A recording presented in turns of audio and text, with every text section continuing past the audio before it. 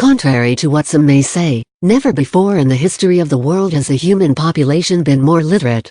People of all cultural, ethnic and socio-economic backgrounds are reading and writing more than ever before. This reading and writing may not look like what literacy has traditionally looked like, but thanks to the devices at most people's fingertips, people are reading and writing all day long. Many educators may feel like cell phones are causing many new problems in the classroom, but they are not going away. And, if we are completely honest, the adults these students are observing in their day-to-day lives are either on their phones or checking their phones all throughout the day. According to Asarian, Americans are checking their cell phones every 12 minutes. The Pew Research Center found in 2010 that, although 65% of polled teenagers, defined as 12-17-year-olds, are in a school that completely bans cell phone use, 58% of those teenagers sent text messages during class. 43% of all teenagers, no matter their school's stance on cell phones, say they text in class at least once a day or more. This has had a dramatic impact on every classroom in every school and has thrown some teachers for a loop. A study published in 2016 titled Hold the Phone: High School Students' Perceptions of Mobile Phone Integration in the Classroom interviewed over 600 American students. They reported that while 90.7% of the students said they did use their phones for school-related work, 30% said that they thought cell phones should be banned in schools. Those behind this study believe that their findings point to the fact that schools should develop clear policies on appropriate classroom mobile phone use as well as consequences for their misuse. Expecting schools to completely eliminate the problems associated with mobile phone integration, however, is unrealistic. Therefore, school stakeholders must carefully consider the benefits and barriers identified by students in determining policy. The problem is that students are not just using phones appropriately. Some are using them for cheating, sexting and cyberbullying. Students are instigating and encouraging fights so they can film and post them in hopes of their video going viral. What do? We can either ban them and lock them up, or we have to find a way to embrace and utilize them as tools, which also requires appropriate boundaries and citizenship to be taught, as well. It's not an easy decision to make, but don't worry, schools across the country have been trying different approaches for years. In this post, we will explore the options schools have and look at the failures and successes of a variety of programs. There's no need to reinvent the wheel.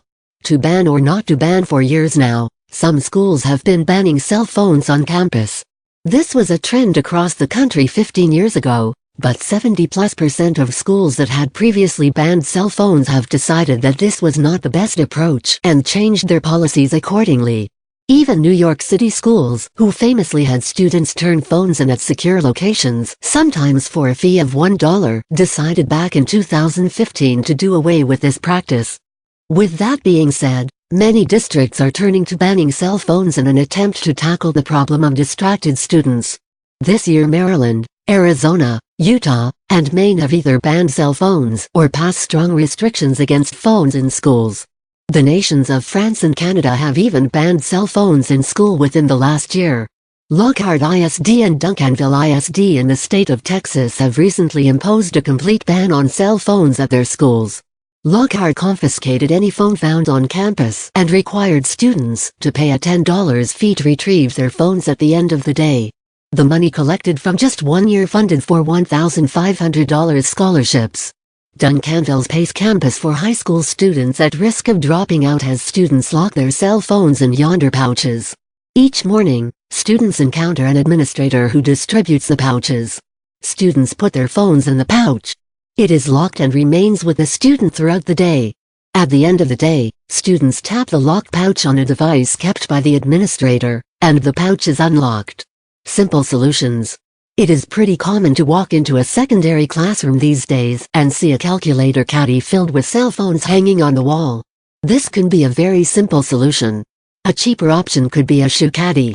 If this is used, it's best if it is kept hanging behind the teacher's desk in order to try and prevent phones from going missing.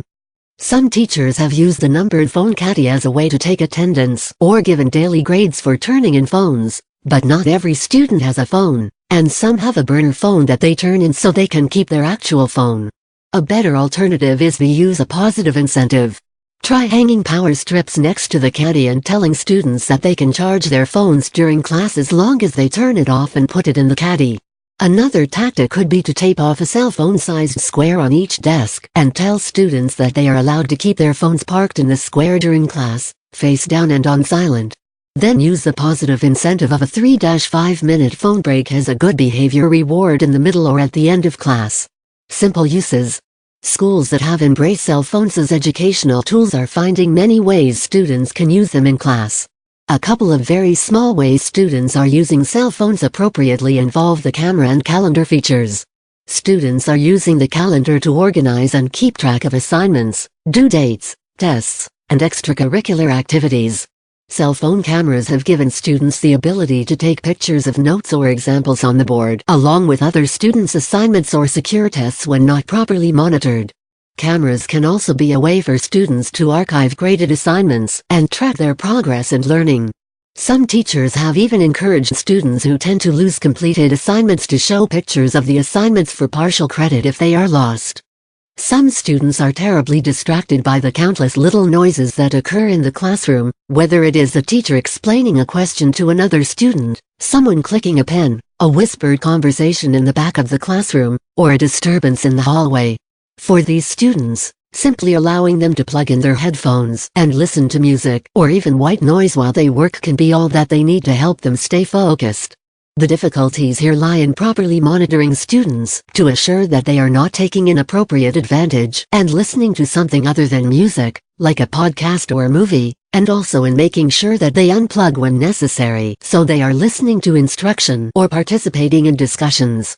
Apps like Swift, Socrative, and Poll Everywhere allow teachers to monitor student understanding with live, interactive feedback from students.